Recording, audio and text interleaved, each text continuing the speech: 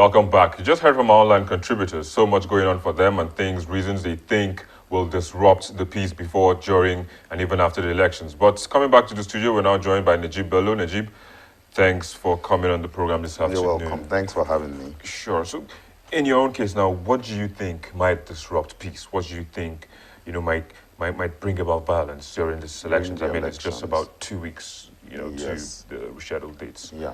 I think first and foremost, what we're experiencing right now is statements people are making, especially the contestants in the elections. Okay. People are saying such things as, people associated with the contestants saying you could stone people who tell you, opponents who say they say change or something like that. Yeah.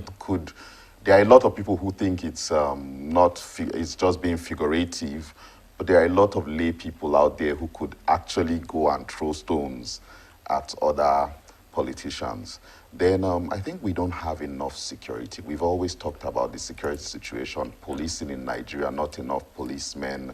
I think people are prone to commit violence or other things when they know they are most likely not going to be caught. We don't have CCTVs. You know about an Abuja CCTV scandal, 70-something billion, nothing. So people would easily commit violence when they know they can't be caught. There's a lot of passion right now. People are eager to vote. The issue of accreditation for voting. Yeah. Imagine like we saw in the mock elections. Exactly. Imagine if people go on election day and they tell you with your PVC, they tell you they can't find you on their data, or you try to use a card reader to verify or accredit you and they say, oh, it's not picking up your data. People will be very furious, and violence is near fury. Yeah. So that's what I think. Okay, so, but just moving forward, the candidates, they signed a peace accord. Yes, they did. To what extent will you say that has been in effect? I think some people are keeping to it.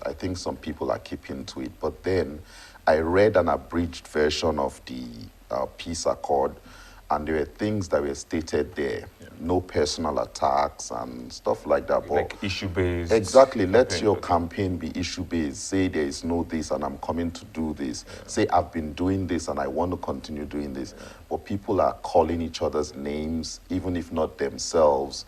Their affiliates, their campaigners. Okay. Yeah, they've been saying a lot of things that it's already been, the agreement has already been flouted from what I see right now.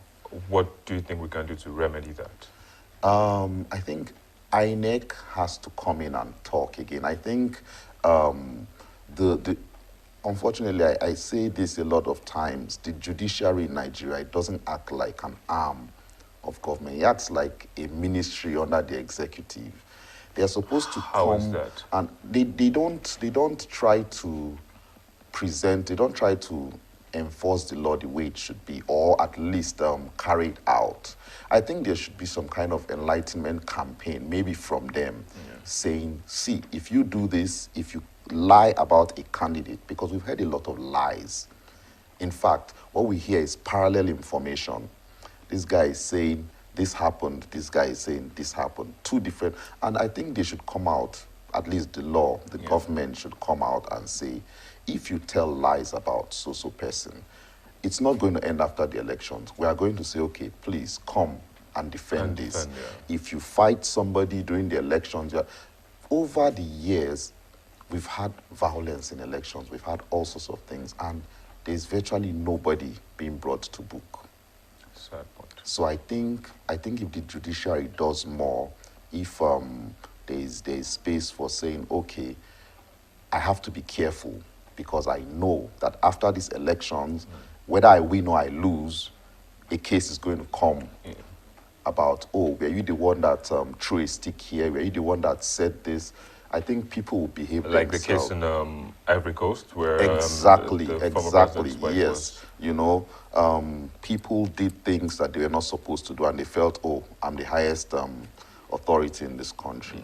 But okay, just in wrapping up now, but INEC, some also feel that INEC has a duty you know, in ensuring that this balance. But Yes, just like you made mention of the card readers, first of all, exactly. any other thing you think they should be doing? Enlightenment is part of INEC's duty. They've not been doing it enough, maybe because there is not enough budget for them to do that. But INEC is supposed to... Maybe. Okay. Because they are supposed to do a lot of enlightenment to the public and tell them, okay, this is... Like, I was thinking, if I was INEC now, there was a number, before I collected my PVC, there was a phone number I sent a text message to with my name and everything. Yeah. Then he replied me and said, oh, your PVC is so, and here, go and get it. Nice. I wish a week to the elections, they would do something like that again and say, okay, send a text message to this so that it confirms to you that you are here. So that if you send a text message and it tells you your data cannot be found, a lot of those people may stay home. Because I think going to your polling units and hearing something like, after the stress of getting your PVC, you hear things like, oh, your name is not there, or your card can't be read. People, we don't want those kind of people at the polling center. Wow.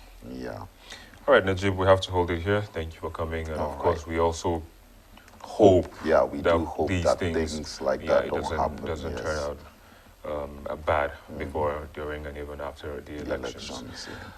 Well, that's where we are. We see your comments, though, coming in on our social media platforms. We're going to take a quick break, and when we return, we'll look at those comments and also look at the videos that you watched the most in the past week. Please stay with us.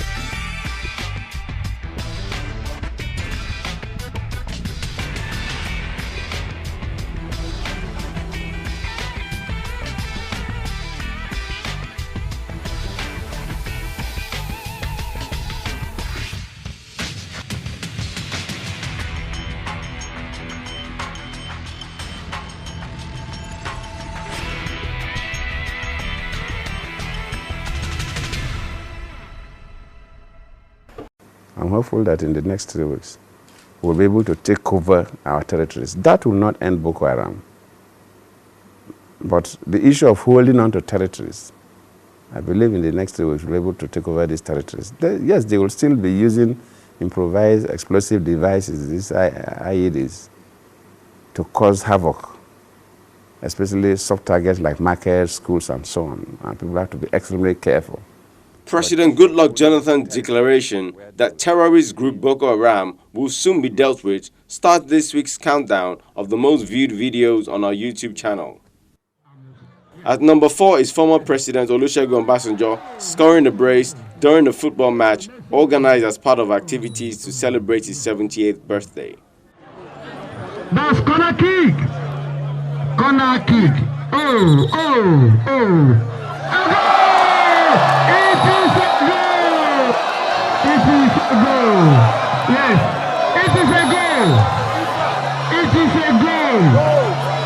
Vitalis on the ball, Vitalis is on the ball, Vitalis on the ball.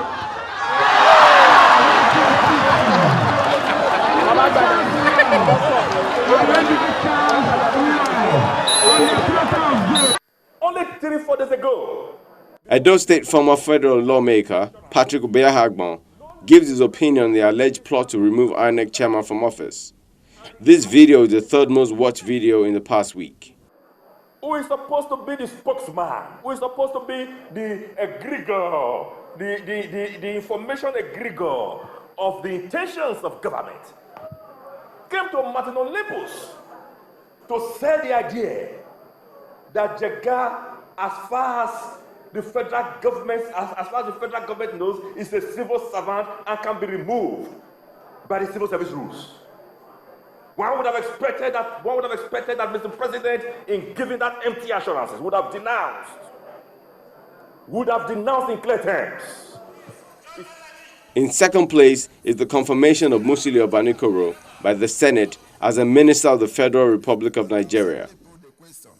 Is it the wish of the Senate that Senator Obanikoro should be allowed to take a bow and go? Those against say nay. The ayes have it.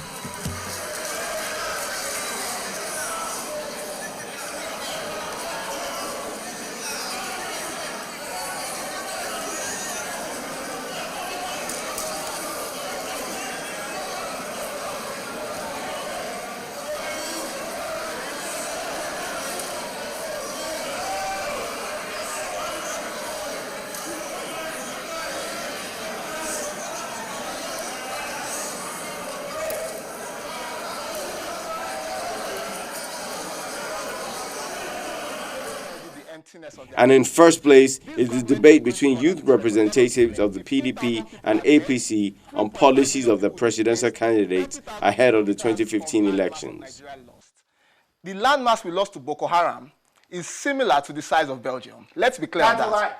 Now, that's a blatant lie. Can you let him finish? He's going to punch me very soon. I think we're going to do the policing here.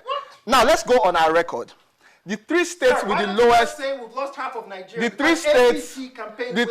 Can we let him finish? Can we let him finish? Can we let him finish? Let's let him finish. Let's let him finish. For this country. Let's let him finish. People are in Nigeria fighting for this nation, and this man is saying we've lost Mukhtar, let him finish. Well, there you go. Those were some of the videos that you watched the most in the past week on our YouTube channel. Despite the peace accord signed by presidential candidates of political parties, Nigerians still believe more needs to be done to ensure that no form of violence whatsoever will be recorded before, during, and even after the elections. Nigerians also believe INEC must ensure it corrects the malfunctions as seen during the mock election to test the efficacy of the card readers. We end on this note, but continue on the social media addresses showing on your screen. But the ultimate message is that having a violence-free election starts with you. So make sure you spread the word. Thank you for watching. I'm Victor Matthias. See you next week.